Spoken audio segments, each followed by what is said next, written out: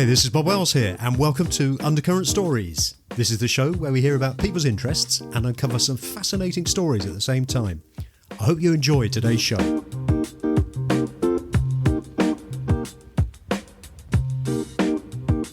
Hello and welcome to Undercurrent Stories. I'm Bob Wells. In today's show, I am delighted to be joined by Katie Jones.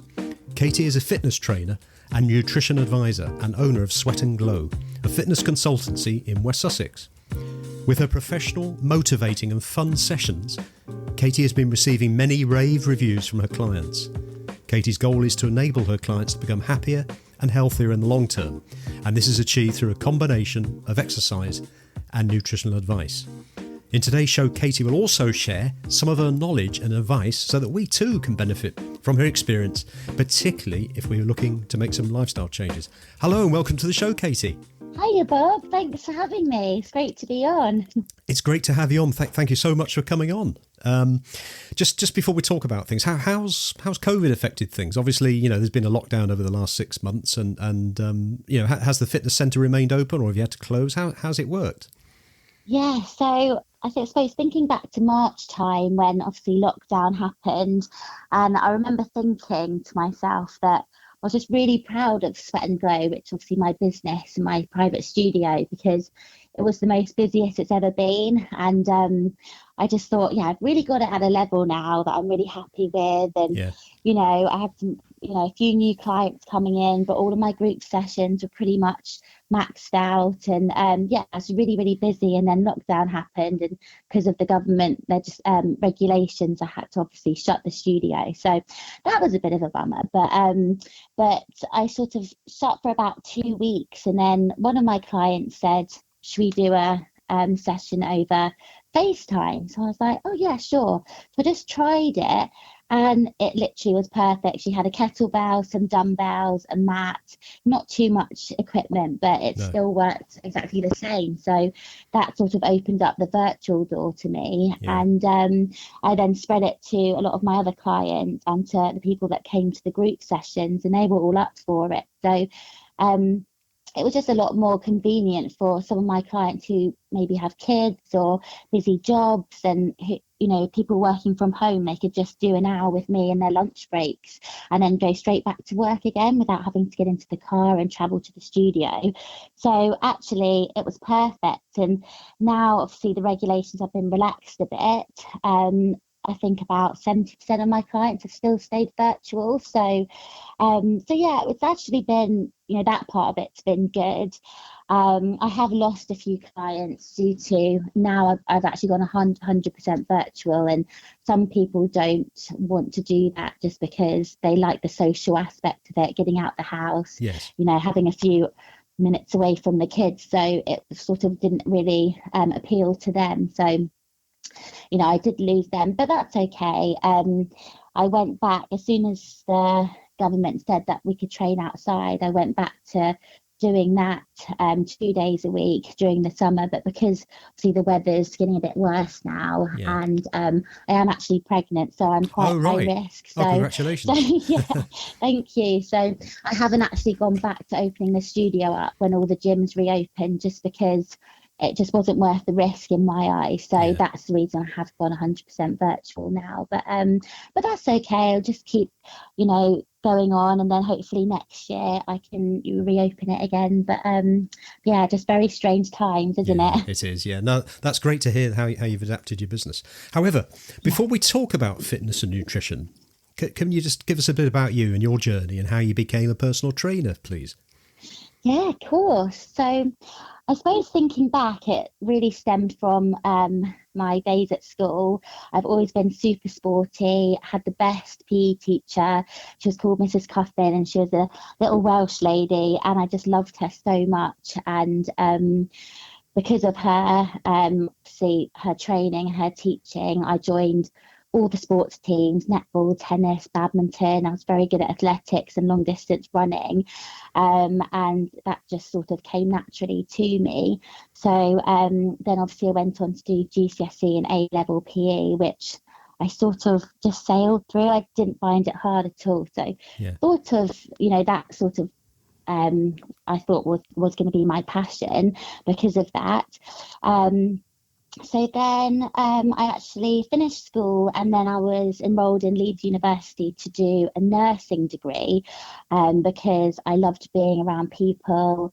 I've quite a caring nature, the whole social aspect of it, just hearing people's stories and, helping people just really appealed to me. So I did actually apply to Leeds to get in to do nursing. Yeah. However, a couple of weeks before, they mentioned to me that all the nurses are basically really apart from the whole Leeds uni, and it was all very separate. And me being 19 years old and wanting a bit of uni life, just made a split decision to then change my degree to nutrition, food and nutrition, which I don't think my dad was too pleased about. But actually looking back, I'm really happy that I did do that, because see, food, exercise and nutrition go hand in hand, and a lot of PTs around don't actually have nutrition knowledge because it's not actually part of the syllabus to become a personal trainer. Yeah, I've noticed it is quite unique, that, isn't it? Yeah, it is. And, that's helped me after I was qualified to get jobs in, where I did, because of that aspect, because I had that nutrition under my belt. So, Yes. so yeah, I thought that would be a good idea. Absolutely loved the course. Then graduated and went to Premier Training in London, so it's in Finsbury Park, and did my level 2 and 3 qualification, and my spinning instructor qualification as well. Yeah. And whilst I was there, I met this girl who worked at this gym called Gym Box. I don't know if you've heard of them in London, but they're a big chain, and yeah, they're quite well known. So I started working there. And worked there for about 9 months, but then sort of thought, hang on a sec, this isn't the London life that I thought. It was really, really early hours. So getting up at 4, being there by 5:30. Oh, right. Being free all during the day, because obviously you're not working because everyone else is working, and then picking it up again in the evening. And I just found that although I loved it and I got really good experience from it, it just, all my friends had moved to London, and I just wasn't really seeing anybody because, I was working when everyone wasn't working. So then I decided to change my route and go down the accounting route. Apart from exercise, I always loved numbers and finance. And it's just been another thing I've always loved to do. So I thought I got a bookkeeping job in central London, and did that for about 3 years. But then my second job that I had, it was for Soho House in London, and as a part of the package, I got this really cheap gym membership at this lovely gym called Third Space, which is just probably the most perfect gym I've ever been a member of. And over time, I sort of befriended all the PTs and everyone who was taking the classes and other members, and sort of based my whole day around going to this gym because I loved it. And then sort of the penny dropped, and I was like, right, it's time this is sort of my passion. And me and my husband were moving out of London at the time, moving back down south where I'm from. And then that's when I sort of saw a gap in the market down here, because it's a very unsaturated market down where I live. There's hardly any classes. It's just really David Lloyd's, body pumps, standard things. So I thought, right, I'm going to bring everything that I've learned up in London down to where I am now. And opened up my own studio. So never looked back, really. That was 3 years ago. So Oh, that's great. And the company, or your own studio, is called Sweat and Glow. Yeah, Sweat and Glow. So it's a little private studio right on the beach down here. So it's actually on the beach. Yes, right on the beach. Fantastic.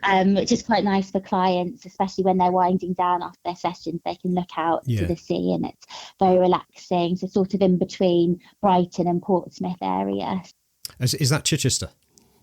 Yeah, it's near to Chichester. It's sort of it's in East Preston, so it's about 20 minutes away from Chichester. Yeah, right in the south of England. That must be very inspirational for the people that are coming along to work out with you.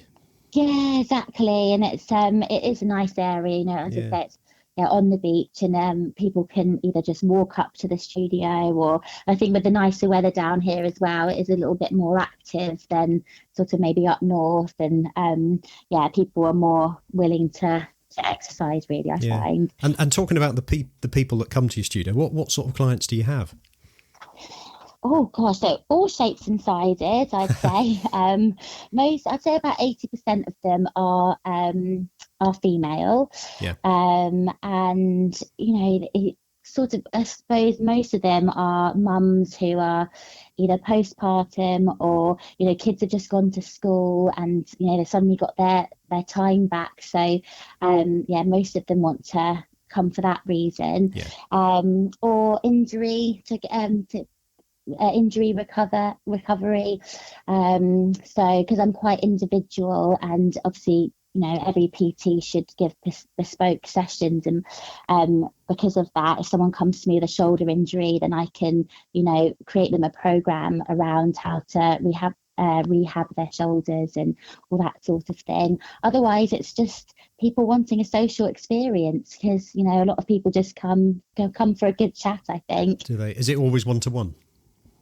I do one-to-ones mostly, and then I hold 2 classes a week, one circuit one, and then one called Meta Sweat. So it's like a HIIT style workout that was inspired by a class I used to do in London. So a little bit different.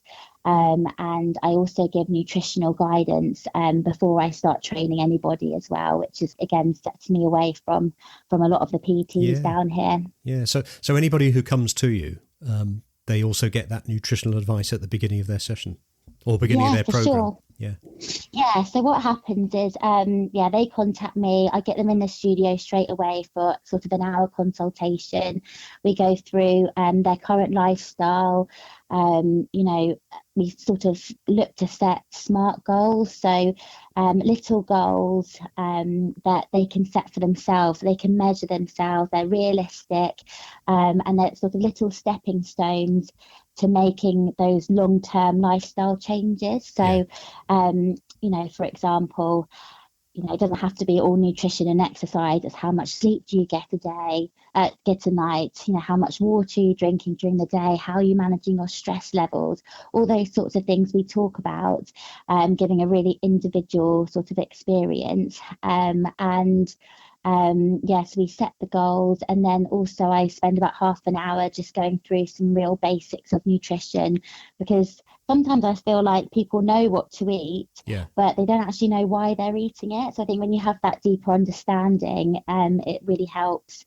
And I also give a free protein shake as well at these consultations. Oh, so, right, a free protein shake. Yeah. Oh, right. Yeah, a free protein shake. Then whenever they get to 10 sessions, they get another one. So I always give people my recipes so they can make them at home. And I also make treats of the week as well. So I have a big jar in the studio, and make some healthy treats. So after their sessions, they can help themselves. So, and so again, no pints of beer or glasses of bubbly. No, nothing like that. More like sweet potato brownies and healthy energy balls. But I find that's quite nice, because it gives something for them to work for. Oh, that's great. I do stress to people though, I'm very different to most PTs. I don't weigh my clients. I don't get them to count calories. And I really stress that, that number on the scales doesn't determine your progress. And I think so many PTs, they stress the weight, they stress the calorie, the food, cutting some food groups out, and that's just not a sustainable way to live in my eyes. So what I really try to instill is how to balance, your lifestyle as a whole, because, if you're going to cut a food group out, you're going to cut out something you love. Firstly, that's not very enjoyable. But what happens when you introduce them back in again? It creates that yo-yo effect. So usually people go to PTs, lose all the weight, or go on these diets, lose all the weight, which is great. But then as soon as they go back to eating that food again, or stepping away from the gym or their PTs, they gain it again. So I just wanted the understanding to be deeper. which is why obviously we go into it in a lot more detail with the nutrition, because And as we know, nutrition is 80% of reaching our goals, and is it? really exercise is just 20%. Yeah, Oh, it's really? all about the food. So they always say abs are made in the kitchen, and Yeah. they really are, all to do with what we put in our bodies. So a So lot of yeah. that focus then is on the nutrition side. Yeah, that's absolutely Yeah. so much that is on the nutrition side. You've got to think, if we're filling our bodies with, good quality, whole food energy that our body can actually use, Yeah. then, it'll be able to carry out all our bodily functions, easily, like how they're supposed to do. But if you're constantly filling your body with toxic food, saturated fats, processed foods, your body's going to be busy trying to, cope with all this rather than everything that it's supposed to do. Yeah. So, that's when people gain weight easily. They're lethargic all the time. They don't have, they're tired as soon as they wake up. Things that we should be bouncing out of bed, jumping out and getting on with our daily lives with ease. But if you're eating a bad diet and you're not giving your body the energy that it needs, then that's when things start to suffer. Yeah. No, it sounds like you're very enthused by your work. What do you like most about your work? I'd say it's got to be my clients. I'm really lucky. I've only had one client who we just haven't seen eye to eye, and and by the end of the first block, we sort of mutually said, but that has just been so rare. I've just absolutely loved everyone that I've trained, and I love seeing their journey over time, and their progression and their fitness journey. So, I love that aspect of it, and the rapport and the trust that, does stem from seeing people 2 or 3 times a week. Lots of people say I have a hairdresser role in that, it gets a few sessions in and people just start opening up, and obviously exercise and the fitness is one thing, but it's also sort of a therapist role. So you're also getting into the realms of mental health, perhaps. Yes, exactly that. And, I can really notice I haven't seen clients for a while or spoken to them, especially virtually. I ring them on Monday morning and we won't start for about 20 minutes because they just want to tell me what they've been up to or what problems or, their arguments they've had with their partners or something. Oh, really? And I'm like, right, we need to get training now. But that's just, what happens over time. And I really love that because, they obviously really trust me and everything. So yeah, that's really nice. I love the early mornings. I've got to say I am an early bird. I like to get up and out. So, that really appeals to me. And I think when you're actually passionate about working out and about living well, then it's easier to do your job. I can't really call it a job at the end of the day because I love it so much. So yeah, that's quite nice. So your business is in West Sussex in England. Yes. And obviously people, they not everybody has a personal trainer, or perhaps isn't willing to start going to a personal trainer. But what sort of bits of advice would you give listeners for people wanting to improve their health, Katie? Yes. So that's a big question, isn't it? I know. Yeah, it is.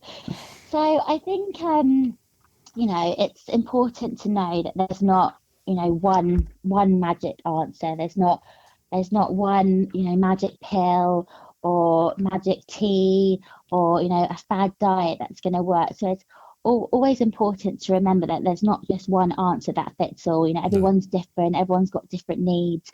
So you're really looking at yourself and looking at your day-to-day lifestyle and looking what's realistic and setting those goals and being realistic what you can achieve, really.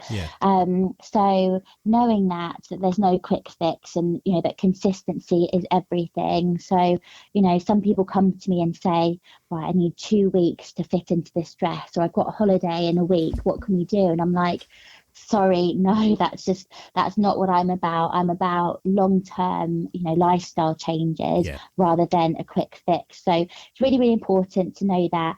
And also just to be kind to yourself. It's not, like I say, realistic to say, right, I'm not going to have chocolate ever again. I'm going to work out 7 days a week. I'm going to get 10 hours of sleep a night, even though I've got children. That's just not being kind. It's just setting yourself up to fail. So first of all, just set some little goals, so, can I drink a little bit more water during the day? So that water is a massive thing. It's probably one of the first things I talk about with my clients. I actually give all my clients a water bottle. It's probably only about 500 ml, but I say to them, right, 2 bottles in the morning, 2 bottles in the afternoon.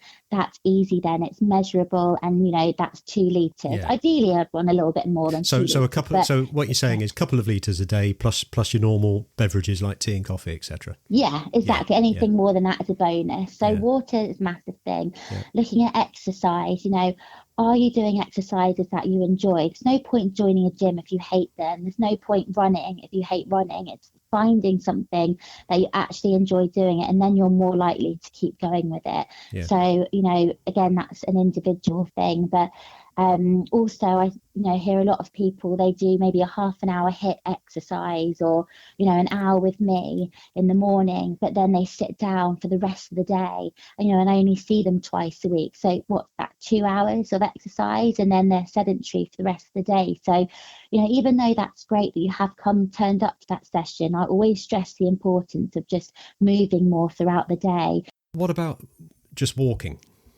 Is that good? Walking's perfect, yeah. It gets the heart rate up, it mobilizes the joints. It's less impact on the joints than it is then running. So if you do suffer from, knee injuries or whatever, it's absolutely, obviously it's going to take you longer to do that, the circuit that you maybe do running, but that's fine. Walking's perfect. Yeah. But you've got to enjoy walking, to do it, I suppose. So really stress that you enjoy something. I don't know about you, Katie, but I've noticed in my village in South Lincolnshire in England, I've noticed a lot of people during the lockdown seem to have taken up walking. Yes, I know. Where I live at the moment, it's a little town called Arundel, and it is really tiny, but during lockdown it was packed. I mean, it was a bit scary because obviously you want to try and stay away from a lot of people, but I think everyone just took everything outside.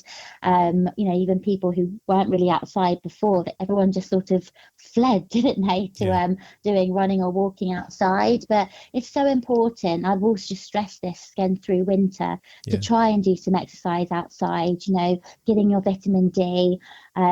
Especially for people who live in England, it's actually quite hard during the winter. So if we supplementation for all, I'd say, through winter. But it's very important to get outside, because that change in temperature, it's not actually good for our bodies to stay warm all the time. Our immune system will actually suffer, whereas if you go into some cold environments, sort of like the reasoning behind why people go into plunge pools, it's really, really good, shocks the system, and it gets those immune cells, working efficiently. So I will say exercising outside is very important. Yeah, I've got a friend who has a cold shower every morning. Yeah, I do as well. Every morning? I make it. Yeah, I sort of go from the hot, and then right at the end I'll turn it cold, and that for that very reason. Last February I tried to start up a crazy group where we'd meet on the beach and just sort of run full speed into the sea, because that shock is so good, and it's actually what the Happy Pear brothers do. I don't know if you follow them. Are they the Irish guys? Yeah, the Irish guys. Yeah, I've heard of them. Yeah, they're amazing. We should definitely follow them on Instagram, because their recipes and their sort of way of life is just something to really admire. But they get a group together and they just go into the sea every day, exactly for that reason. It's anti-aging. It's great for our immune system. So loads of benefits there. Well, I'll put a note. I'll put a note to the Pear Brothers on the. Did you say Pear Brothers? It's the Happy Pear. The Happy Pear. I'll put a note in the show notes on that, Katie, so people can have a look at some of their They're stuff. They're good ones for sure. Yeah. But apart from exercise and water, obviously food's very, very important. So I'd say 80%, of the time you want to be eating well. And when I say eating well, it's, whole foods. So I'm quite plant-based. I'm about 90% plant-based. So, but I would never push that on anybody. But, the more plant-based you eat, the more plants you're going to be eating. So the more fibre you're going to be getting in at the end of the day. And fibre, I must stress, is so important for us. As a nation, we are massively deficient in fibre. Are we? But it's, massively, we are. And it's massively... dependent on our gut health. So, Yeah. I don't know if you know much about gut health, but it's a massive topic in the nutrition world at the moment. I don't know an awful lot about it. I do know that, as you said, the Western diet tends to be sort of fairly, it doesn't have a lot of fibre in it. Yeah, every time exactly. people mention gut health, they talk about sauerkraut. Yes, It's supposed sauerkraut. to be So very just good. fermented food then, yeah. So fermented foods are great because obviously they've got the bacteria. So, Yeah. gut health's all about the good and bad bacteria in our gut. And obviously we want to make the good bacteria flourish and therefore our gut health will increase. And, one of these things is either fermented foods like sauerkraut or, kombucha is a massive thing at the moment. But one of the easiest ways to do that is to increase your fruit and vegetable intake and your diversity of plants that you eat. Yeah. Really a great other guy that I really recommend you check out. He's called Dr. Will.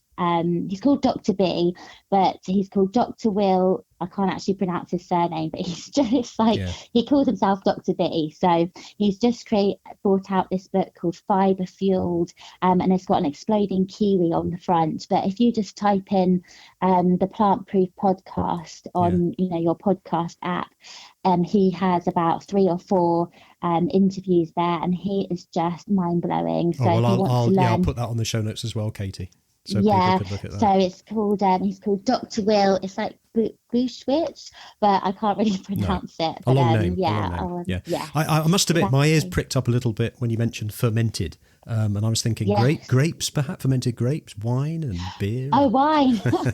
Well, they say red wine because of the polyphenols actually has a benefit on our guts, but obviously just the one glass, Bob. So, not loads of wine. So but, moderation of alcohol is what you're saying. Don't necessarily give it up, but moderation if you're a drinker.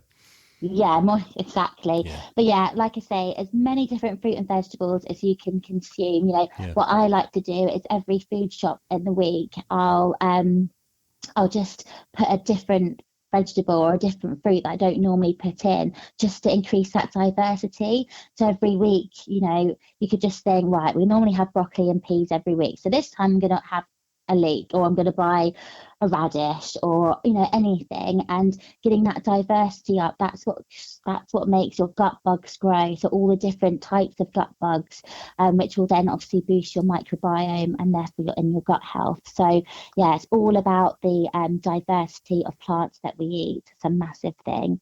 But then 2 other little things is just obviously minimizing alcohol.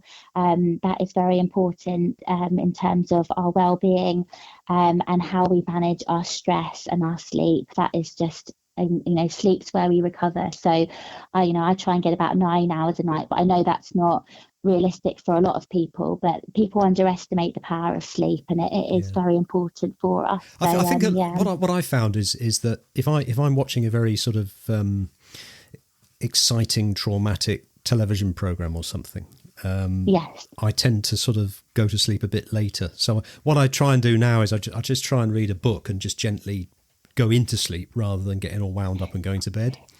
Yeah, that's perfect. I've actually given myself a cutoff now. After 8 p.m, I just try not to look at my phone or any sort of social media or anything, because I see the blue light. But reading's really, really good. Doing some gentle breath work. I don't know if you're into the meditation or some stretching like yoga. That's really, really important. It can really aid sleep as well. So it's just sort of relaxing the mind and aiding your sleep. I have some lavender spray mist just next to my bed, so I always spray that on, and that helps me get off as well. But I've usually been pretty good with sleep. I think it's because I'm quite active during the day, but I mean I'm off in the first 1 or 2 minutes and just sort of hit the pillow. But a lot of people do struggle, and I think meditation's a really, really good way to clear the brain. Katie, I think you've given us a great list of stuff there. Water, exercise, in extremes of temperature like cold, get into that. Then your food intake, plenty of very important. Fibre, look after your gut health, and I think it's actually quite simple, isn't it, when you think about it? exactly, that's it. And it's, you know, everyone thinks it's a massive minefield, but actually, yeah, eating well, not going for the. I mentioned whole foods before, but I don't know if you know what whole food is, but I'll quickly explain. It's just Yeah, thank something you. that with minimal processing. So, Yes.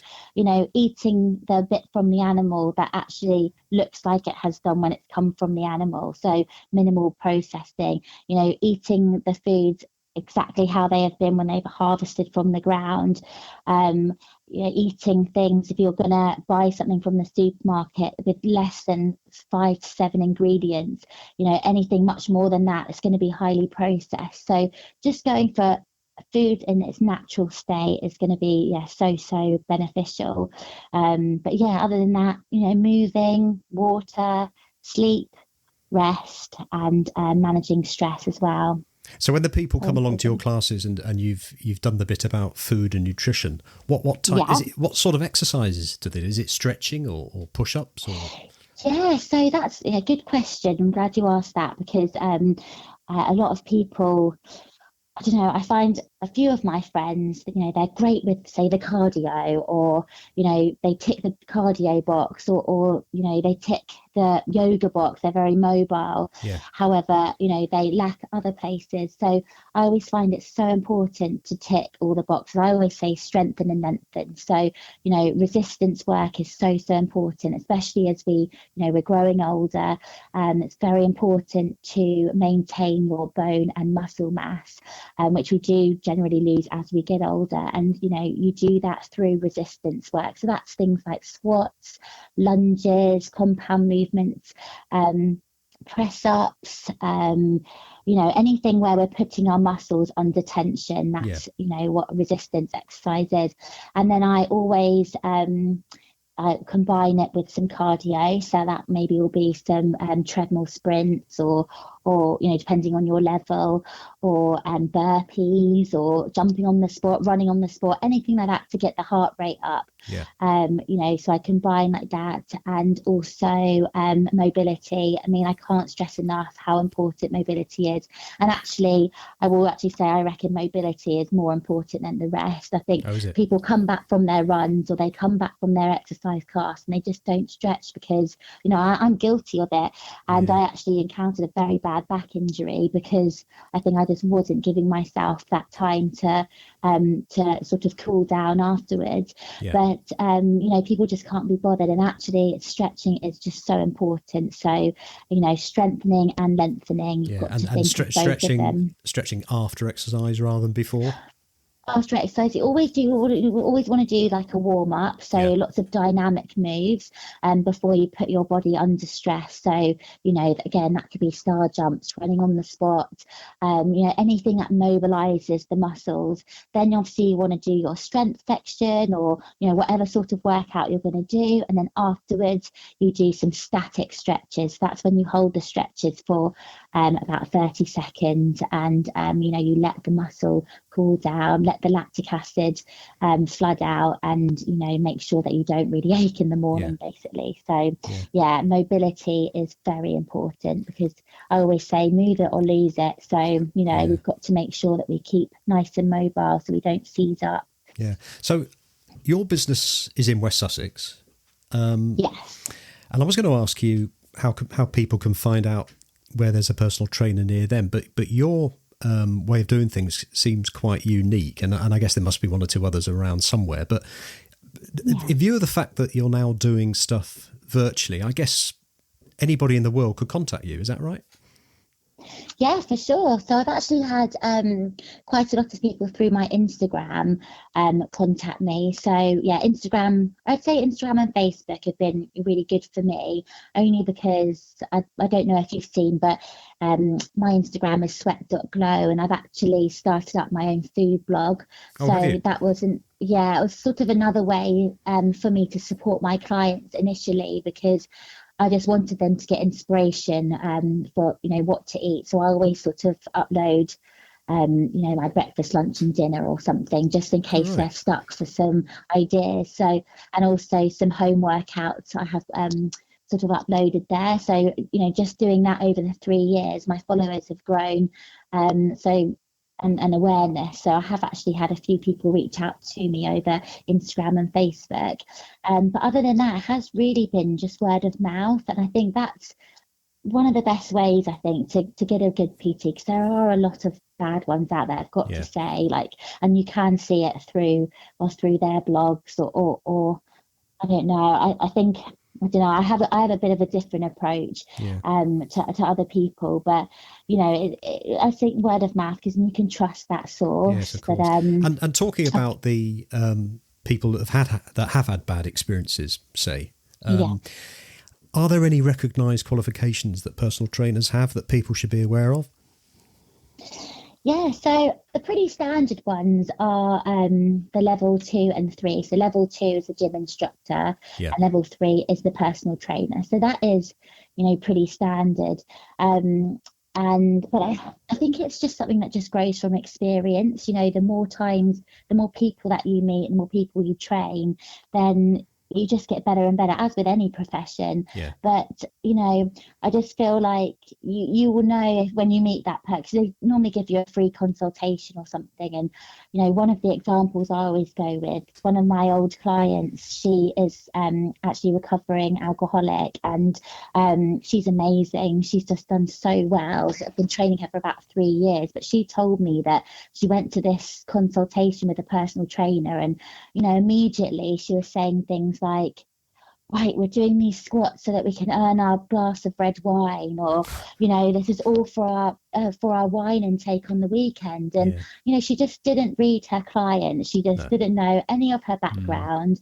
And I just say, you need to wait before, I just think it's so important to really know your client. So and I think you can really judge what sort of person someone's going to be. So I'd say give them that consultation and then go from there. But you should really tell if they're your sort of person or not. Yeah, and those bits of advice you gave about the keeping fit and lots of water and everything.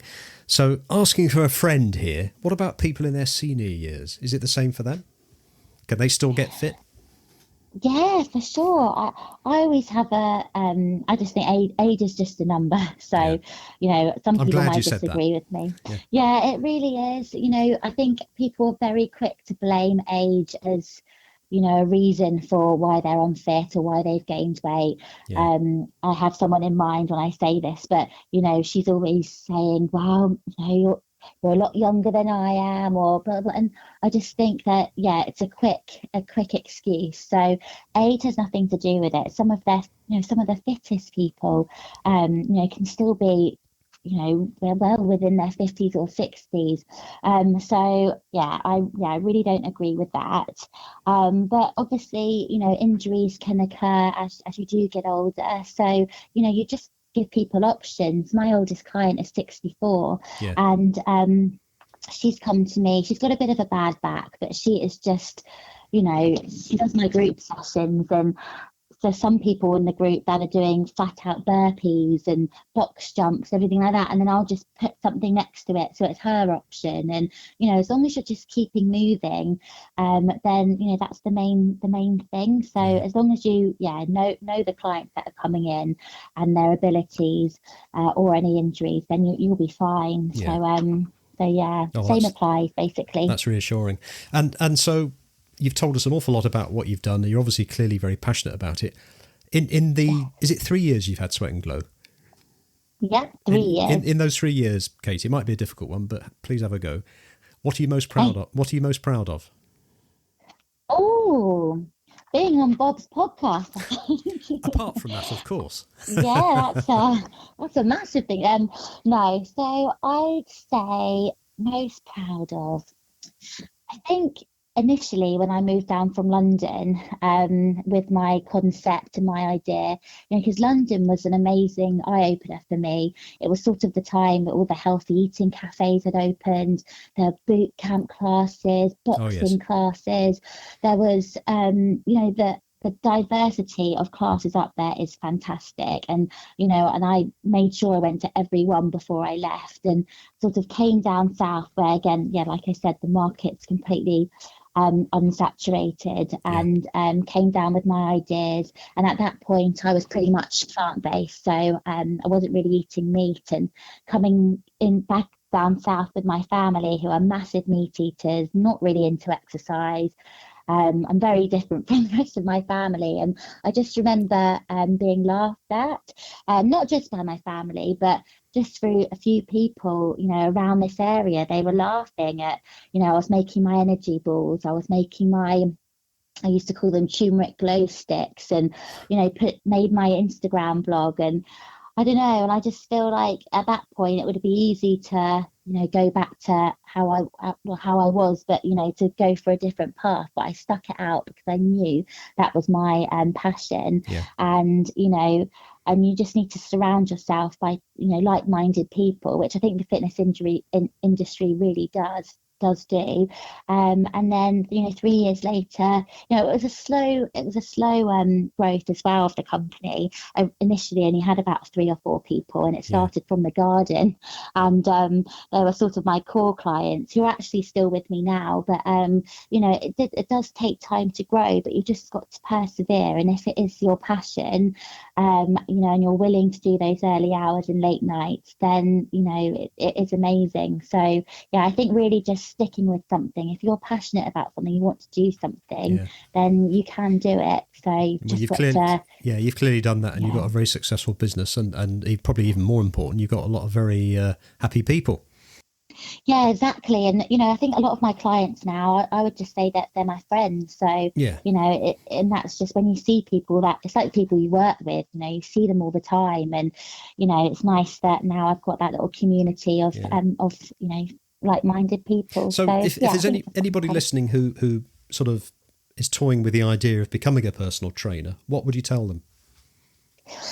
I'd say, obviously, like I mentioned before, if it is your passion and you love it, then go for it. It is a hard industry to get into. There are a lot of PTs. So, find out what part of the industry you love. Like mine is obviously the nutrition side of it. That's what I absolutely loved, and I tied it in with the benefits of exercise. So, and then I've made my treats and I did my shakes. So maybe just do something which makes you stand out from the crowd a little bit, because there are lots of PTs. Make sure that that the early mornings and the late nights are they are relentless, and you are working when other people aren't. And if you're happy with all that, then just go for it. I'd also say, make sure that you read and listen to your clients, like I mentioned before, the example with that lady. So really take a moment to understand your client's needs, because they'll know if you're just treating everybody the same, then they'll know. So make sure you give them that individual sort of experience, and don't stop learning is another thing. You do your qualification, but there's advancements all the time. That how I ate when I came out of uni compared to how I eat now, even though I was studying a nutrition degree. But I mean, what I've learned since then, and all the discoveries, gut health probably wasn't a massive thing back then, but now it is. So you just got to keep listening to podcasts, keep reading, keep learning. That's what I'd say the best thing. Oh, well, that's great. And before we wrap up, are there any? Obviously, you have a baby on the way. Baby on the way, which is fantastic news. What any other current up and coming projects that you'd like to share with listeners? So at the moment my Instagram is sort of winding down a little bit, but that's obviously in preparation for baby. But post baby, I'm going to be doing a lot of pre and postnatal care and workouts, and kind of getting back on track afterwards. Nothing crazy. No. I think there's always these 6-week workouts or 6-week programs where to get you back into the shape. It won't be anything like that. It will just be some easy workouts you can do at home, or pelvic floor exercises, or nutrition, because obviously time's at the essence. So, easy things that you can follow. So a lot of pre and postnatal work, and also as soon as I get my chance, I'm going to be doing my yoga qualification. So I'm going to call it Sweat and Flow. Sweat and Flow. That's going to be, that will be my next venture as soon as I can, obviously, baby in mind. But so those are things in the distance. Oh, well, that's great. Well, as I said before, I'll put all those links to various people that you mentioned throughout the show on the show notes, that you've got them, and I'll put links to your social media. Katie, it's been great having you on as a guest. Thank you very much. Perfect. Thanks so much, Bob. Really enjoyed it. Thank you. Thank you. Bye. My thanks go to today's guest, Katie Jones. I think it's great how Katie combines her passion for fitness with her expert knowledge of nutrition and exercise, and how she helps her clients have the opportunity to become healthier and happier. Also, I really liked how Katie talked about some simple lifestyle changes that we can all make to improve our lives, particularly around our diet choices, intake of water, adequate sleep and exercise, and which we can start right now. You have been listening to Undercurrent Stories. I hope you've enjoyed this episode. Please feel free to share the show link to your friends and family, and if you have 60 seconds, I will be most grateful if you would please rate and review. To hear more episodes, please subscribe to the show and visit undercurrentstories.com. If you leave your email in the link, we will notify you as soon as new episodes are released. Also, check out our social media links, details of which can be found on the show notes. Until next time, this is Bob Wells wishing you all the very best.